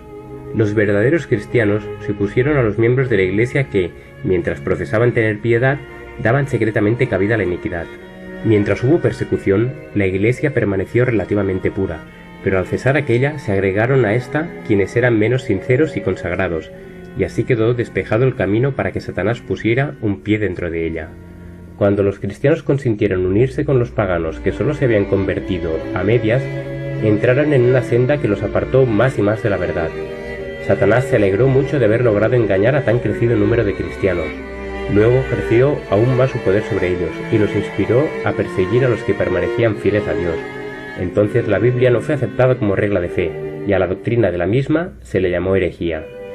Los pocos fieles resolvieron disolver toda unión con la Iglesia apóstata si ésta aún rehusaba desechar la falsedad y la idolatría, y la separación era necesaria si querían obedecer la palabra de Dios. Para asegurar la paz y la unidad estaban dispuestos a cualquier concesión, pero sentían que sacrificar un principio por amor a la paz era pagar un precio demasiado alto. Actualmente está ganando más terreno la opinión de que, al fin y al cabo, los principios cristianos no son de vital importancia y que por el bien común se pueden sacrificar dichos pilares de la fe. La vida de los cristianos primitivos y su conducta intachable eran un continuo reproche que turbaba la paz del pecador. Por tanto, eran odiados, perseguidos y finalmente muertos. Por el mismo motivo, Caín mató a Abel, y fue por la misma razón que los judíos rechazaron y crucificaron al Salvador.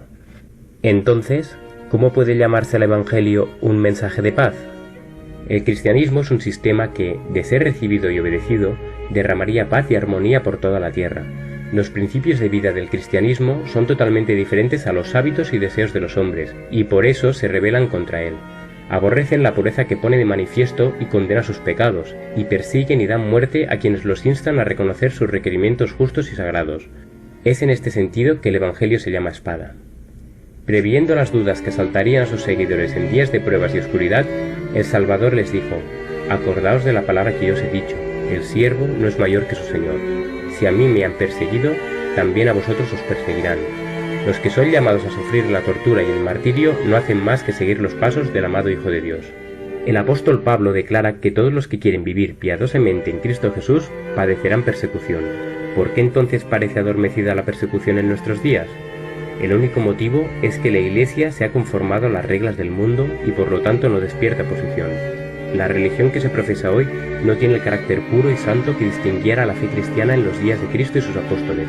Si el cristianismo es aparentemente tan popular en el mundo, ello se debe tan solo al espíritu de transigencia con el pecado. Vamos a hacer un alto aquí, vamos a repetir esta parte, porque es importante que entendamos qué es lo que está pasando. Escuchen. La paz del pecador. Por tanto, eran odiados, perseguidos y finalmente muertos. Por el mismo motivo, Caín mató a Abel, y fue por la misma razón que los judíos rechazaron y crucificaron al Salvador. Entonces, ¿cómo puede llamarse el Evangelio un mensaje de paz? El cristianismo es un sistema que, de ser recibido y obedecido, derramaría paz y armonía por toda la tierra. Los principios de vida del cristianismo son totalmente diferentes a los hábitos y deseos de los hombres, y por eso se rebelan contra él. Aborrecen la pureza que pone de manifiesto y condena sus pecados, y persiguen y dan muerte a quienes los instan a reconocer sus requerimientos justos y sagrados. Es en este sentido que el Evangelio se llama espada. Previendo las dudas que asaltarían a sus seguidores en días de pruebas y oscuridad, el Salvador les dijo: «Acordaos de la palabra que yo os he dicho, el siervo no es mayor que su Señor. Si a mí me han perseguido, también a vosotros os perseguirán». Los que son llamados a sufrir la tortura y el martirio no hacen más que seguir los pasos del amado Hijo de Dios. El apóstol Pablo declara que todos los que quieren vivir piadosamente en Cristo Jesús padecerán persecución. ¿Por qué entonces parece adormecida la persecución en nuestros días? El único motivo es que la Iglesia se ha conformado a las reglas del mundo y por lo tanto no despierta oposición. El único motivo es que la Iglesia se ha conformado a las reglas del mundo y por lo tanto no despierta oposición. O sea, nadie te va a oponer a sí mismo. Tú estás haciendo lo que yo quiero que tú hagas, yo no te lo voy a impedir, te voy a dar todas las llaves para que sigas adelante. La religión que se profesa hoy no tiene el carácter puro y santo que distinguiera a la fe cristiana en los días de Cristo y sus apóstoles. Si el cristianismo es aparentemente tan popular en el mundo, ello se debe tan solo al espíritu de transigencia con el pecado, a que las grandes verdades de la palabra de Dios son miradas con indiferencia y a la poca piedad vital que hay en la Iglesia. Reavivan la fe y el poder de la Iglesia primitiva, y el espíritu de persecución revivirá también, y el fuego de la persecución. Isaías profetizó que a lo bueno llamarían malo y a lo malo llamarían bueno. Aquí estamos viendo lo que está pasando. Volverá a encenderse.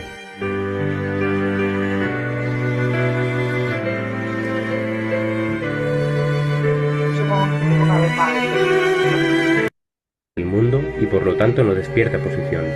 La religión que se profesa hoy no tiene el carácter puro y santo que distinguiera a la fe cristiana en los días de Cristo y sus apóstoles. Si el cristianismo es aparentemente son totalmente diferentes a los hábitos y deseos de los hombres, y por eso amaba la paz del pecador. Por tanto, eran odiados, perseguidos y finalmente muertos. Por el mismo motivo, Caín mató a Abel, y fue por la misma razón que los judíos rechazaron y crucificaron al Salvador. Entonces, ¿cómo puede llamarse el Evangelio un mensaje de paz? El cristianismo es un sistema que... Escuchen esta parte. ¿Cómo puede llamarse el Evangelio un mensaje de paz? Una de las razones principales por la cual tenemos que estudiar, que probablemente cuando a usted se le dieron los estudios bíblicos, a usted se le enseñó o usted creyó que se le estaba prometiendo que cuando usted tomara la decisión de seguir a Cristo, todos sus problemas terminarían, que tendría paz. Y ahora, después de un tiempo de estar siguiendo el Evangelio, usted se encuentra que sus problemas no se han resuelto y que la paz no ha llegado. Entendamos bien lo que significa ser cristiano. Porque una de las cosas que usted debe saber es que si Cristo tuvo problemas y tuvo que enfrentar los problemas, es porque el sufrimiento viene incluido en la vida del cristiano. Pero ahora, la diferencia es que no está sufriendo solo. Porque ahora los problemas que antes eran suyos, ahora son de Cristo. Y en ese sentido, usted tiene paz. Él se encarga de ellos. Usted solamente preocúpese por hacer su voluntad. Escuchemos. De ser recibido y obedecido, derramaría paz y armonía por toda la tierra. Los principios de vida del cristianismo son totalmente diferentes a los hábitos y deseos de los hombres, y por eso se rebelan contra él.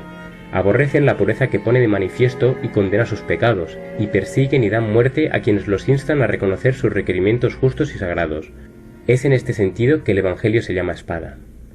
Previendo las dudas que asaltarían a sus seguidores en días de pruebas y oscuridad, el Salvador les dijo: acordaos de la palabra que yo os he dicho, el siervo no es mayor que su Señor. Si a mí me han perseguido, también a vosotros os perseguirán. Los que son llamados a sufrir la tortura. Aquí está lo que les acabo de decir. No espere que como te hiciste cristiano, tus problemas terminaron. El mismo Jesús fue perseguido. Los problemas nos van a acompañar hasta que salgamos de este mundo. Y el martirio no hacen más que seguir los pasos del amado Hijo de Dios. El apóstol Pablo declara que todos los que quieren vivir piadosamente en Cristo Jesús padecerán persecución. ¿Por qué entonces parece adormecida la persecución en nuestros días? El único motivo es que la Iglesia se ha conformado a las reglas del mundo y por lo todos los que quieran vivir piadosamente en Cristo Jesús padecerán persecución. Segunda Timoteo 3:12. Pero ¿por qué entonces parece adormecida la persecución en nuestros días? ¿Por qué podemos predicar por las redes sociales y nadie nos los impone, nos los impide? ¿Por qué podemos salir y caminar y predicar y nadie nos los impide? Por una sola razón. Escuchen. Por lo tanto no despierta posición. La religión que se profesa hoy no tiene el carácter puro y santo que distinguiera a la fe cristiana en los días de Cristo y sus apóstoles. Si el cristianismo es aparentemente tan popular en el mundo, ello se debe tan solo al espíritu de transigencia con el pecado, a que las grandes verdades de la palabra de Dios son miradas con indiferencia y a la espíritu de transigencia con el pecado. En otras palabras, hemos aceptado que el pecado viva con nosotros en nuestra vida Y no vemos nada malo en eso. Poca piedad vital que hay en la Iglesia. Reavivan la fe y el poder de la Iglesia primitiva, y el espíritu de persecución revivirá también, y el fuego de la persecución volverá a encenderse. Por eso tenemos que estudiar. Por eso es que tenemos que estudiar Hechos de los Apóstoles. Necesitamos reavivar la fe viva que tenían los apóstoles hoy día en medio de nuestro pueblo. Persecución en nuestros días. El único motivo es que la Iglesia se ha conformado a las reglas del mundo y por lo tanto no despierta oposición. La religión que se profesa hoy no tiene el carácter puro y santo que distinguiera a la fe cristiana en los días de Cristo y sus apóstoles. Si el cristianismo es aparentemente tan popular en el mundo, ello se debe tan solo al espíritu de transigencia con el pecado, a que las grandes verdades de la palabra de Dios son miradas con indiferencia y a la poca piedad vital que hay en la Iglesia. Reavivan la fe y el poder de la Iglesia primitiva, y el espíritu de persecución revivirá también, y el fuego de la persecución volverá a encenderse.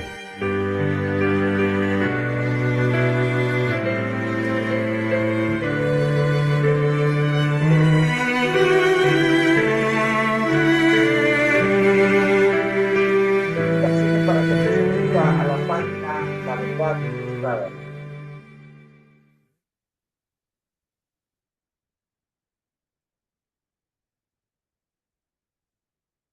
Así llegamos al final de nuestra transmisión por la noche de hoy. Les invitamos a que nos acompañen mañana a las 6:30 de la mañana, hora de Panamá, cuando estaremos viendo al pastor Ted Wilson y las doctrinas fundamentales. Recordemos que estamos estudiando las doctrinas fundamentales con nuestro presidente, el pastor Ted Wilson. Así que la invitación es para que nos acompañen mañana, hoy no, mañana vamos a estar con el pastor Ted Wilson a las 6:30 de la mañana en punto de los primeros. Gracias. Si les gustó este programa, estas 2 horas de estudio, déjenos sus comentarios. Todavía nos quedan 7 minutos para completar las 2 horas de estudio. Así que, ¿tienen algún comentario? Déjenmelo por ahí para poder compartirlo. En realidad, estoy muy agradecido con ustedes por habernos acompañado. Y gracias por todos los corazones que quieran darnos. Gracias a los muchachos en la plataforma juvenil y en las demás plataformas, en Twitter, en Instagram, en Facebook, donde están transmitiéndose, en Facebook, en YouTube. Gracias por retransmitir este programa. Ha sido una producción del Ministerio Conéctate en la voz de su hermano Cristo José Moreno. Vamos a orar. Padre nuestro que estás en el cielo, santificado sea tu nombre. Señor, la situación en el mundo, pero sobre todo en nuestro territorio, nos preocupa en gran manera porque somos conscientes de que si hubiésemos hecho lo que teníamos que haber hecho en el cumplimiento de la gran comisión, las cosas serían diferentes. Probablemente, oh Padre Santo, ya todo habría terminado y el reino de los cielos, el reino de Dios, el reino de victoria ya se hubiera instalado en la tierra. Pero tenemos que reconocer que todavía nos falta mucho para cumplir la gran comisión. Por ello, Padre Santo, pedimos su Santo Espíritu para que nos dé esa energía y ese poder necesario para cumplir con lo que nos toca, que es llevar el mensaje. No somos nosotros los que hacemos la obra, es su Espíritu el que la hace. Nosotros solo somos instrumentos que nos toca llevar el mensaje a cada puerta, a cada canal, en cada dirección electrónica o física, donde seamos enviados o nos llamen. Oh Padre Santo, Ayúdanos a decir, heme aquí, envíame. Si hay invitaciones para predicar, como tenemos para presentar el mensaje la próxima semana en Nueva Libia, oramos, buen Dios, para que usted nos conduzca. Y le damos las gracias, Señor, porque reconocemos que cuando la invitación llega tenemos que ponerla en oración para confirmar que de parte es. Gracias, Padre. Gracias, porque sabemos que hay necesidad de estudiar la palabra de Dios de una manera más completa y más sistemática, con más interés que como la hemos estudiado en el pasado. Y será predicado este evangelio, dice su palabra, a todo el mundo, tribu y nación, como testimonio, y entonces vendrá. He aquí la paciencia de los santos, los que guardan los mandamientos de Dios y tienen la prudencia. Oramos en el nombre del Padre y del Hijo y del Espíritu Santo. Amén. Gracias. Gracias por acompañarnos. Recuerde que para mañana a las 6 de la mañana estará con nosotros el pastor Edwinson con la doctrina, con la creencia fundamental número 8. No tengo más. Se completaron nuestras 2 horas y le decimos a ustedes, el Señor me los guarde hoy, mañana y siempre. Bendiciones.